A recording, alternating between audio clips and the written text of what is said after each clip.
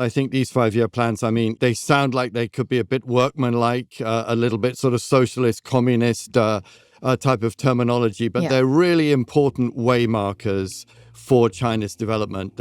We've had a 5-year plan every 5 years since 1953, and they really show where China's aiming. And as you say, this one, I think, will be AI, AI, AI. It's really hard to overstate the importance of that.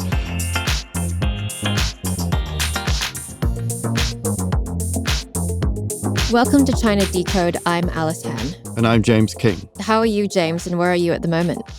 I'm good. I'm back in London. I had a quick trip to Copenhagen, but I'm back here now, getting ready for the winter. Oh, it's actually very, very warm, though, for a London winter. It's 20 degrees Celsius today, so sunny skies.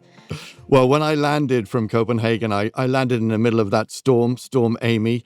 Had to walk about 15 minutes to the bus stop. I tell you, I was absolutely drenched. Okay.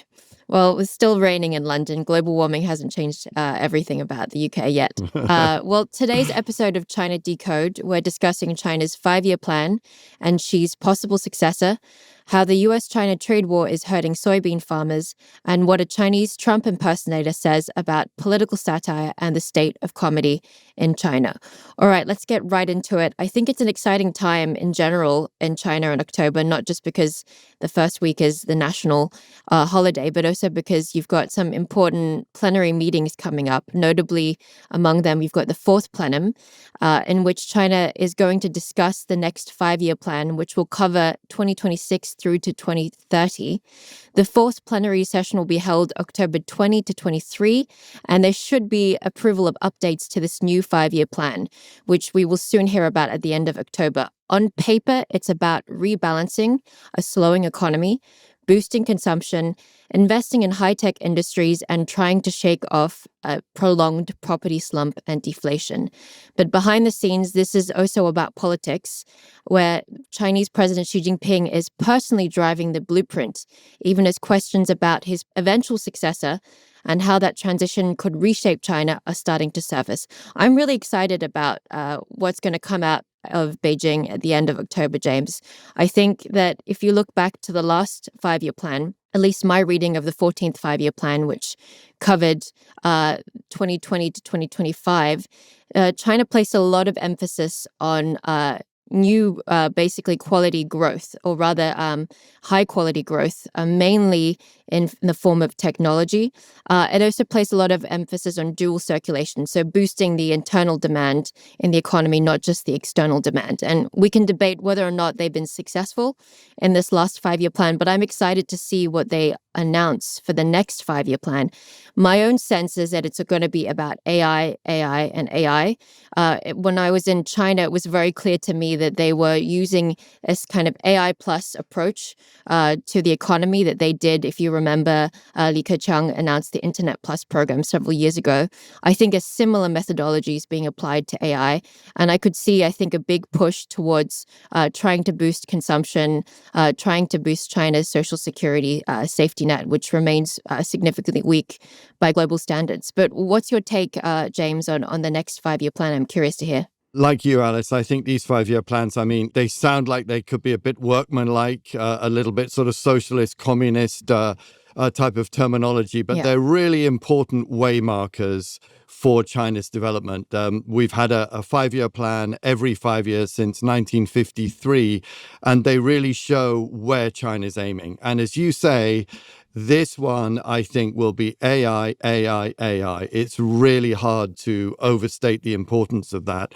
If we look at some of the statements that China's made about AI, just in August, there was a big government report that said that AI would be the core engine of a new round of technological revolution and industrial transformation. It's quite rare that you get in Chinese documents documents them using the R word, revolution. I mean, that's normally a word that's, reserved for the 1949 communist revolution. So to be using that, I think, is quite significant. China is betting really big on this. What's your sense? I know you've been looking into this quite a lot, Alice. What do you think is particularly interesting about their AI push? Yes, and the way that I think about these 5-year plans is it shows what Beijing politically and economically is trying to prioritize. Now, whether or not they reach those targets or those goals remains to be seen. Certainly, you can debate that parts of the last 5-year plan were not met, but it shows what policymakers will care about moving forward. And I think critical to the last 5-year plan, I think, was Made in China 2025. I think China has been quite successful in meeting many of those goals, especially when it comes to EVs, as well as robotics and aviation.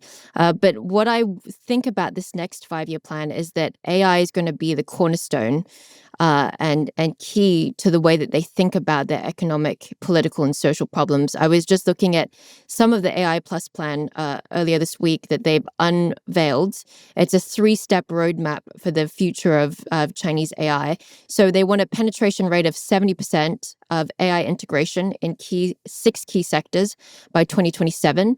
And they want this to cover 90% of the economy by 2030 and have, quote unquote, universal adoption by 2035. I think this fits very well into the framework that Xi Jinping announced in 2023, the new quality productive forces. That I think will come up again in the next 5-year plan. And I think a lot of emphasis will be placed beyond AI on some of these choke point technologies, whether it's advanced semiconductors, especially for AI, advanced chemicals, advanced pharmaceuticals in the biotech realm, as well as scientific equipment and aviation. These are sort of what they call the choke point technologies, where China still is relatively weak and relies on a lot of imports from the West. I think that is going to be a key focus and part of Xi Jinping's ideology when it comes to China's technological supremacy and self-reliance. What do you think, James? I think you're right to stress the applications of AI. What I sometimes find a bit annoying about commentators on China and AI is that they never get down to specifics. They're constantly using the word AI as if it's a kind of magic wand. So yeah. I think, it's as well to think about actual specific examples. I came across 3 just the other day. So the latest unitary humanoid robot is powered by AI. And just in the last month, this robot has had a new breakthrough. It can now jump and then do a 360-degree spin in the air and then land on its feet. And if it falls over, it can get back up onto its feet again using what's called an anti-gravity mode. Apparently, all of that stuff, the ability to turn 360 degrees in the middle of the air, apparently that's all powered by AI. Last year, there was this extraordinary mission to the dark side of the moon that the Chinese lunar probe, Chang'e 6, I think it was, did. And after it landed on the dark side of the moon, there was a tiny little lunar rover that went walkabout or trundle about on the surface of the moon. And then it turned round and it took a selfie, a historic selfie of the Chang'e lunar module sitting on the moon, on the dark side of the moon. That was all powered by AI, entirely, the whole mission. And so that's another example. And then a more kind of down-to-earth example is in Beijing. At the moment, there's an AI hospital at Tsinghua University. This is actually like a test hospital. It's not treating real patients yet, but they've got 42 AI doctors. These doctors can see simultaneously thousands of patients because they're just AI. And they have diagnosed already about 10,000 test cases of supposed, people in inverted commas with ailments. And apparently their success rate is about 93%, which compares compares to human doctor success rates. So we can see just in those three examples that AI is really across the board. Alice, so if I have a chance, could I tell you about my experience with a humanoid robot in a hotel in Shenzhen last year? Please do. I'm excited to hear about it. How dystopic on the scale of 1 to 10 is this story going to be? Dystopic. It's not that dystopic, Okay. I don't think. But a disclaimer, first of all, I met this robot in the hotel lobby. I can't quite call it humanoid because it was on wheels, not on legs. But anyway, I decided to give it a test. It was sort of hanging around, and I thought, look, I'll give it my mobile phone and I'll ask it to deliver my mobile phone to my hotel room. I gave it the mobile phone and it trundled over to the lift and it somehow opened the doors of the elevator.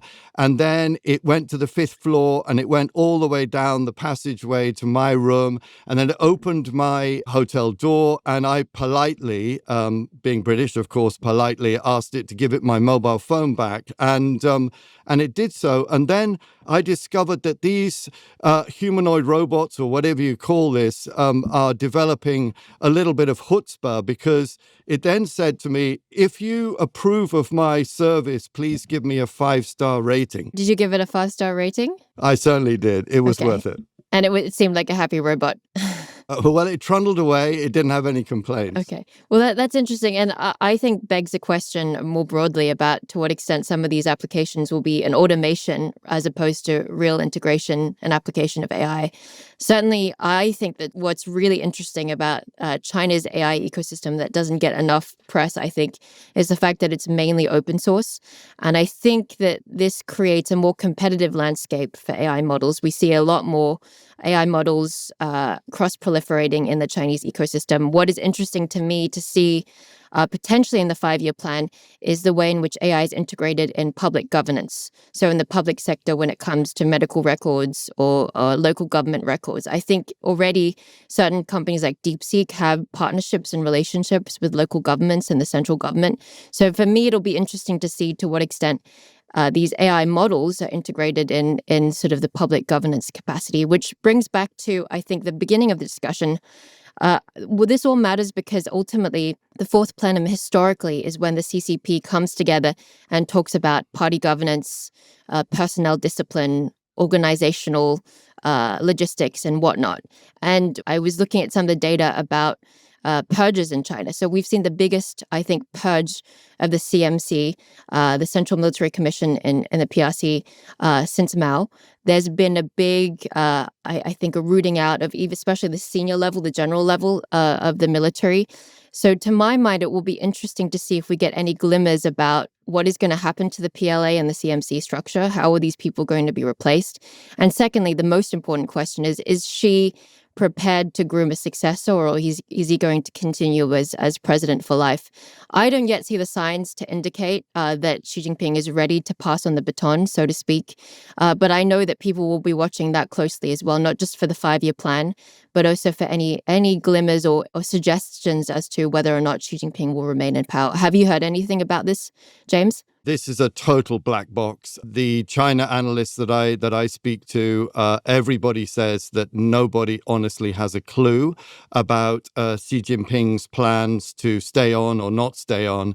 I do think that what you mentioned, Alice, about the Central Military Commission and replacing those members of the Central Military Commission that were supposed to be loyal to Xi is interesting, and it's a puzzle. And in a sense, where there's smoke, there's fire in the Chinese political system, but we just can't read it accurately. At the same time as looking at signs like that, we also have to acknowledge that all 7 members of the Politburo Standing Committee, so that's the pinnacle of Communist Party power in China, they are all either long-term allies of Xi or have served him loyally over more than a decade. And more than half of the broader 24 members in the broader Politburo are also his protégés. So I really think that if Xi wants to stay on, he probably can. That's my gut feel. But to be honest, I don't think there's an analyst in the world outside a tiny number of charmed individuals in Beijing who honestly have a clue whether Xi Jinping will stay on or not. I mean, I would agree with this, although my money is that he's staying on. He's not too old by American politics standards. He's 71. So if he takes care of his health, he should see, I think, a good solid decade ahead. But everyone will be watching that closely for the political ramifications if anything does come up. All right, we'll be back for more after a quick break, so stay with us. Support for Prop G comes from BetterHelp. October 10th is World Mental Health Day, and we want to thank the therapists out there, but also acknowledge that your mental health journey isn't just confined to a single day. And BetterHelp therapists have helped over 5 million people worldwide on their mental health journeys, day in and day out. That's millions of stories, millions of journeys, and behind every one is a therapist who showed up, listened, and helped someone take a step forward. Moments in therapy, like asking the right question, providing a safe space to cry, or creating a small win, can change lives. It's why BetterHelp is honoring those connections and the therapists who make them possible, while showing how easy it is to get guidance from a licensed therapist online with BetterHelp. So this World Mental Health Day, we're celebrating the therapists who've helped millions of people move forward. If you're ready to find the right therapist for you, BetterHelp can help you start that journey. Our listeners get 10% off their first month at betterhelp.com/PropG. That's betterhelp.com/PropG. Welcome back. Soybeans are the latest flashpoint in the US-China trade conflict. For the first time in years, and this is very startling, China hasn't bought a single soybean from American farmers this season, choosing instead to rely on imports from Brazil and Argentina. Now, that's a huge blow for US farmers who have long depended on China to buy a huge share of their crop. And it comes as US President Donald Trump vows to raise this issue directly and personally with Chinese President Xi Jinping at this month's APEC summit in South Korea. There have been reports that Trump may actually be going to Beijing earlier than expected, as early as November, after the APEC summit in Korea. And a lot of this probably hinges on whether or not some kind of a deal can be ironed out beforehand that involves soybeans and Boeing parts. James, this is, I think, quite exciting because obviously the soybean story, which is so critical to American agriculture, is also critical to the US-China trade conflict that is still ongoing. How much leverage does Beijing really have, or rather, how much leverage does Beijing really gain by cutting off US soybeans entirely? I think they gain quite a lot of leverage. This is the first time in more than 20 years that Chinese importers have not bought soybeans from the US autumn harvests. So that's the first point. The next point is that China bought roughly $13 billion worth of US soybeans last year. So if it continues this policy of not buying a single bean, then that obviously removes $13 billion from the pockets of American farmers. The other point is that China has bought 52% of all American soybean purchases that are sold abroad in the past. So this is a really big hit to American farmers. And I don't know a huge amount about American politics, but I think these farming areas in Middle America are really important when it comes to politics. And so far, the price, because China's exited the market effectively, the price of soybeans has also been falling. They're now trading at about $10 a bushel. That's down from around $13 at the start of 2024. And when you consider that farmers are often on a kind of a knife edge in terms of their profit margins, that's a big hit as well. So this comes at a very inconvenient time for the Trump administration's trade negotiators. As you mentioned, Alice, we've got one important meeting after another, and we've got the end of the so-called tariff truce coming up on the 10th of November. And so something's got to give. We don't really know what, but something, I think, has got to give on this. Otherwise, those American farmers are really going to be hit. Oh, yeah, I agree. And to some extent, I think this is pretty low-hanging fruit for the Chinese to agree to commit to. Although the numbers are startling, just as you cited, James. U.S. total soybean exports are down 23% year on year so far this year. But it's all part of a bigger narrative. Since Trade War I, China has pivoted significantly from U.S. soybeans, and it's largely moved towards Latin America, namely Brazil. So U.S. soybeans now meet about 20% of Chinese demand, whereas Brazil is 70%. And this pivoting away, I think, is as a big strategic shift that has obviously hurt the U.S. agriculture sector. But I think what isn't covered enough is that China is also internally seeing a slowdown in demand of soybeans. I was looking at some of the data on the demand side. What is interesting to me is a couple of things. The soybean ratio of hog feed. So basically, how pigs and pork are the big meat industry in China. A hog feed that is largely comprised of something like soy meal, which is a soybean component. That ratio has gone down due to government demands and targets. So actually soybean meal demand will actually fall in the near term, and China is targeting a cut to soy meal, which is the soybeans used in animal feed, from 13% in 2023 to 10% by 2030. And this is really important because around 70% of total Chinese soybean consumption is used in hog soy meal feed. So I think there's a bit of a rude awakening for U.S. agricultural producers, because not only has China strategically shifted towards Latin America since Trade War I, but it's also seeing an internal slowdown in its demand for soybean imports. So even although I think the low-hanging fruit when it comes to this trade deal is for China to say, okay, US, we're going to buy more of your soybeans, it's going to be very hard for me to see them fully pivoting back to the US or even meeting the same kind of growth as we previously saw in demand in the past because of these internal dynamics. Again, another thing that I thought was interesting as I looked back at Trade War I is that China only, I think, purchased 58% of the total additional 200 billion in purchases that they agreed to as part of the 2020-2021 first trade war framework deal. Again, it's hard for me to see them fully meeting any kind of increased agricultural purchase commitment that they may decide to promise. But again, when it comes to Trump, a lot of it is about the performance, or rather discussions, or rather than the real details. So that'll be really interesting to see. I sense that on the Chinese side, they can easily verbally say, look, we'll buy more agricultural products and Boeing products. Well, we've basically greenlit this TikTok deal. I think that paves the way for a Trump-Xi meeting, both in Korea and potentially in China. What do you think, James? You mentioned those U.S. agricultural producers there, Alice, and, there's a strange sidelight to this whole story. Because back in 1985, a young man called Xi Jinping actually visited Iowa. He went as part of a lowly agricultural delegation from China's Hebei province to a town called Muscatine, which has just 24,000 people. And then just as he was preparing to become president again in 2012, he opted again to go to Iowa. And this time he was received by a farmer there called Rick Kimberly. Of course, he was a soybean grower. And of course, there was pictures taken of a smiling Xi Jinping sitting behind the wheel of a John Deere tractor.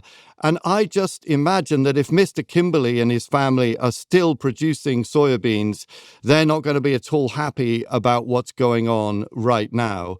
My sense of this is very much for some of the reasons you've given, Alice, that actually China does need American soybeans, and China would like to have a full trade deal with the US. Obviously, that brings down US tariffs across a number of different sectors.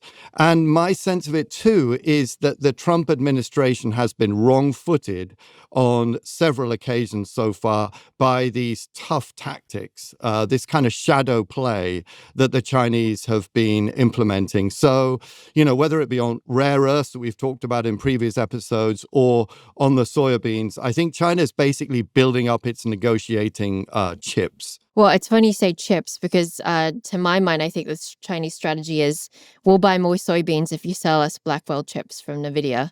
And it may actually work out for them if Trump really believes politically he needs to support U.S. agriculture, which I think, chimes with his recent tweets, which have been very much about China needs to buy more soybeans, needs to buy more aircraft from Boeing. But certainly, I think this is, again, to put it in perspective, I think Latin America and the global South is a big part of this story because, you're seeing record Argentine exports of soybeans to China and other agricultural products. Even though China may promise to buy more goods from the US, I think the bigger picture is that China is diversifying from the US and is increasingly buying commodities and agricultural products from Latin America, where they seem to have an ease of doing business with countries like Brazil and even Argentina, even though Malay is a known ally to Trump. So again, I think in the larger context, it's important not to forget that China has pivoted quite a bit since Trade War I towards the global south. Absolutely, yeah. I mean, you're so right to bring this back to the big picture. Those are the big tectonic shifts of China's trading relationships with the world, and very deliberately done by China. I think something like 44% of China's total trade these days is done with countries of the global south. So China's sort of Uber strategy looking forward, 5-10 years is really to engage with the parts of the world that are not in the West, and thereby increase its influence with those countries. And of course, those countries make up the vast majority of countries in political organizations like the UN. So if China can get stronger relations with them, then it can enlist the voting power of the global South, all of those countries, to basically get its way in international affairs. So that's an important part of this whole topic. I very much agree. All right, let's take a quick break, so stay with us. Support for Prop G comes from Pipedrive. One of the major things entrepreneurs struggle with when starting a business is the sales process. It's easy to get disorganized, jumping between back and forth emails, scattered notes, and forgotten follow-ups, spending more time chasing paperwork than actually closing. That's where Pipedrive comes in, a top-rated CRM tool for small to medium businesses. Their visual sales pipeline lets you see where every deal is, what stage it's in, and what needs to happen next, and it's all in one dashboard. You can automate follow-ups and set reminders for meetings so no contact gets forgotten and leads don't slip through the cracks. Plus, Pipedrive AI analyzes your sales process, helps you summarize long email chains, and finds qualified leads for your business. It's a powerful, simple CRM built by salespeople for salespeople. Join the over 100,000 companies already using Pipedrive. Right now, when you visit pipedrive.com/PropG, you'll get a 30-day free trial. No credit card or payment needed. Just head to pipedrive.com/PropG to get started. That's pipedrive.com/PropG, and you can be up and running in minutes.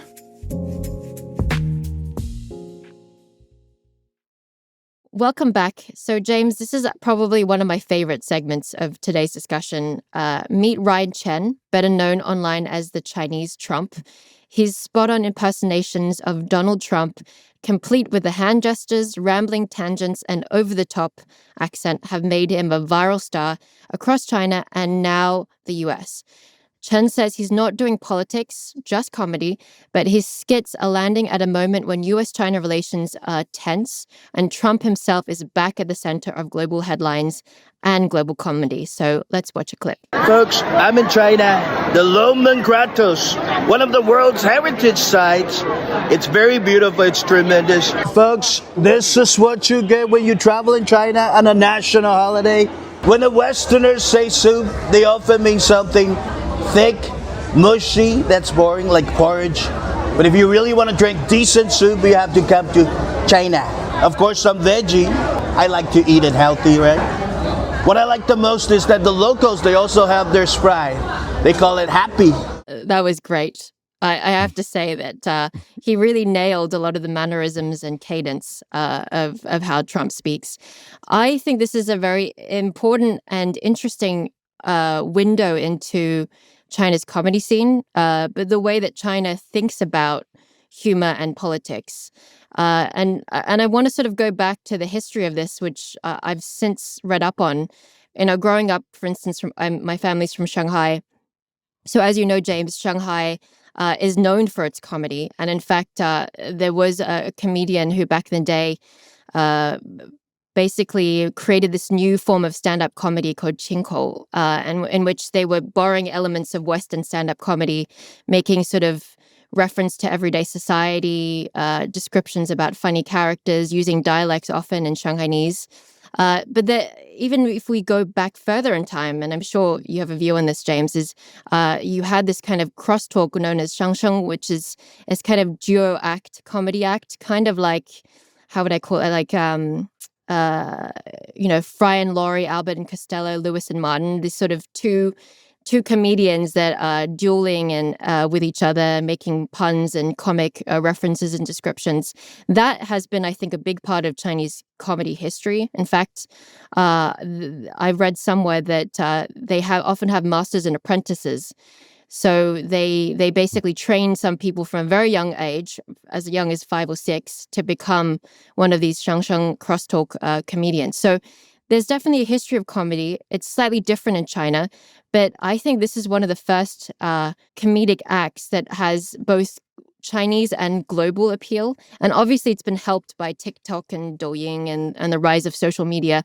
But I think this is an interesting, again, entry point into how comedy is used and understood in China, and how, to some extent, the West is more interested in it than it ever has been. But James, I'm so curious to hear what you have to say about this. Yeah, that's fascinating, Alice. I really, there's the Chinko stuff I particularly didn't actually know. That's really interesting. This guy, Ryan Chen, though, really fascinates me. Apparently, he has over 1.5 million followers on his American Instagram and TikTok accounts, and he's got over 1 million followers in China. So he's quite big, actually. And obviously, I just think that the subject matter is the secret of his success. Traveling around China, you often hear people referencing Trump. Trump is very much a big figure in Chinese sort of day-to-day discourse, and also he's been a target of satire for quite some time. His nickname in Chinese is Chuan Jianguo, which means Chuan obviously is a Chinese word that's supposed to sound like Trump, and then Jianguo means to build the country. So I suppose the nickname Chuan Jianguo could mean Trump the nation builder. Mm-hmm. And this is highly satirical because what it means is that all of these trade actions and criticisms of China that Trump has been pushing through have actually backfired on America, and in the process have helped to build China as a nation. Mm-hmm. So, but at the same time, it has to be said that actually I found quite a lot of Chinese who rather like Trump. They like his style. They like the fact that he calls a spade, he shoots from the hip, and he's not a boring politician. So I don't know what you think, Alice. Mm-hmm. I mean, what's your experience? I wouldn't say that Trump is a universally disliked American president in China. What's your sense of that? I actually have relatives in Beijing and Shanghai, and one half of the family, it's kind of like US politics, James. One half of the family thinks that Trump is the Antichrist, and they don't understand how a lunatic like him could be president. And the other half think that he's kind of cute, and he appeals to the everyday man. He's got this kind of earthiness about him that makes him very memorable and almost adorable. If you can actually describe him as such. So I agree with you, James. He's definitely grabbed the imagination of everyday Chinese people. He's a very memorable figure and a character. And what strikes me as interesting about Ryan Chen is that he is using the Trump impression to basically sell parts of China.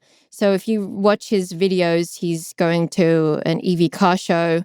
He's showcasing Chinese tourism, Chinese food. One of my favorite videos is when he's talking to the president of UFC, Dana White, and they're making xiaolongbao dumplings together. So it's a version of kind of cultural soft power that has been used through the hijacking of a Trump impression that I think is quite interesting. But again, I think it speaks to the fact that there is a comedy scene in China, even although, we can talk about this in a bit, there's a degree of censorship and self-censorship, especially when it comes to politically sensitive topics. But there is a burgeoning comedy scene, and it's moving towards the direction of stand-up, towards the direction of these, viral influences on TikTok. And again, I think that this is a sign that comedy is still alive in China, but it's with Chinese characteristics. Have you actually been to a comedy act in China? I have. Yes, I have in the past. But I was going to ask you, Alice. I mean, I suppose Ryan Chen and some of the other comedians in China, the one topic they can't touch is politics, or certainly, China's leaders, right? So I suppose that's perhaps the reason he has to sort of make a virtue out of talking about food and other things like that. Am I right there? I think so. And I was watching some stand-up comedy shows. So there's one that's famous in China called Rock and Roast. And it's a reality TV meets stand-up comedy show in which you have everyday normal people who are comedic amateurs come on stage and deliver a stand-up routine. And oftentimes they will talk about the fact that it's hard to make money. Everyone's nagging them about having kids and getting married, and how modernity is really tough. There was this one guy who made a political commentary, especially about the Chinese military and Chinese nationalism, and that faced a lot of nationalist backlash from everyday viewers. So he got a lot of hate, and I think there was a degree of censorship of that. So again, it reminds us that it's not all fun and games. There's a degree of censorship and self-censorship. But I think it's an interesting entry point into seeing what everyday Chinese people feel. There's quite a degree of candor when you listen to some of these routines about how tough it is to live in a slower growing China, which we talked about in previous podcasts. And I suppose also it acts as a bit of a pressure valve, would you say? You've got, what did we say last time? I think about nearly 20% of 18 to 4-year-old urban Chinese youth who can't find a job. And many of those who can find a job, even if they've graduated from university, are ending up in, I don't know, Starbucks or the equivalent in China. So, is there a sense that the comedy helps to sort of lance the boil, or it helps to at least release the pressure of, a very stressful life, really, in modern day urban China? And again, not to make this too academic, but, I've read some pieces in the past about how the central government allows a degree of locally voiced dissent through protests, because it, again, to your point, James, it releases some of the pressure valve without it being concentrated on the central government. So they allow a degree of low-level protest and complaint on social media and everyday life because, to your point, they want to allow this pressure valve to be released, but they don't want it to go too big and at the expense of what they consider national stability. But I don't know if you've watched this. One of my favorite films last year is a film called YOLO in English, which I think it's 热辣滚烫 or something in Chinese. And it's about a Chinese female boxer who starts off as a very fat woman and then trains to be an amateur boxer, loses a lot of weight. The director, who was also the main character, lost a lot of weight training, but it's a hugely funny film if you haven't seen it. That sounds great. I haven't seen it, actually. I know it did really well. I think it generated something like 3.5 billion renminbi. So it obviously did well. This is a very interesting emerging cultural scene, actually, isn't it? Yeah, there's a great deal more in terms of humor coming out in films and these skits and Ryan Chen himself. Yeah, and in a strange way, he's become a diplomat or ambassador for China by impersonating Trump. So go figure. Well, the way you described Trump, it reminded me, for whatever reason, of Bob the Builder. There's this kind of earthiness and cuteness to the name that I think translates well into Chinese. All right, James, one of my favorite parts of the segment, prediction time. I'm interested. What's your prediction for the future? Okay, well, we were talking about humanoid robots a bit earlier as part of the idea that AI and AI devices would be a big part of the new 5-year plan. So my prediction is that Unitree, which is the Chinese humanoid robot company, or some other robot maker, will, by the end of next year, be selling a humanoid robot for about $3,000 or less.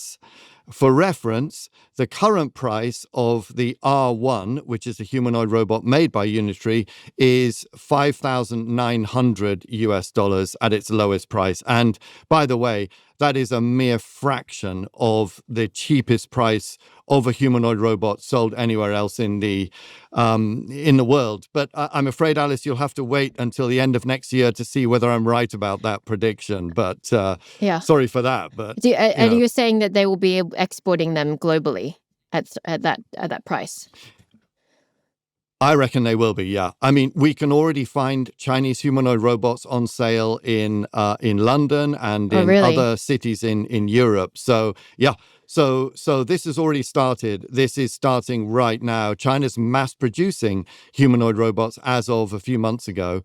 And we've all seen this movie before. When China gets to mass production, then the prices tend to come down precipitously. So that's the basis of my prediction. Of course, I got no idea whether I'll be right or not, but I think it kind of, what I'm trying to get at really is this is the direction of travel. What's your prediction, Alice? What are you seeing in your crystal ball? I think I bring it to markets. I sense that there will be more optimism about Chinese tech stocks. We're already seeing, I think, a record degree of enthusiasm this year. You've got the Hang Seng Index up almost 40% year to date.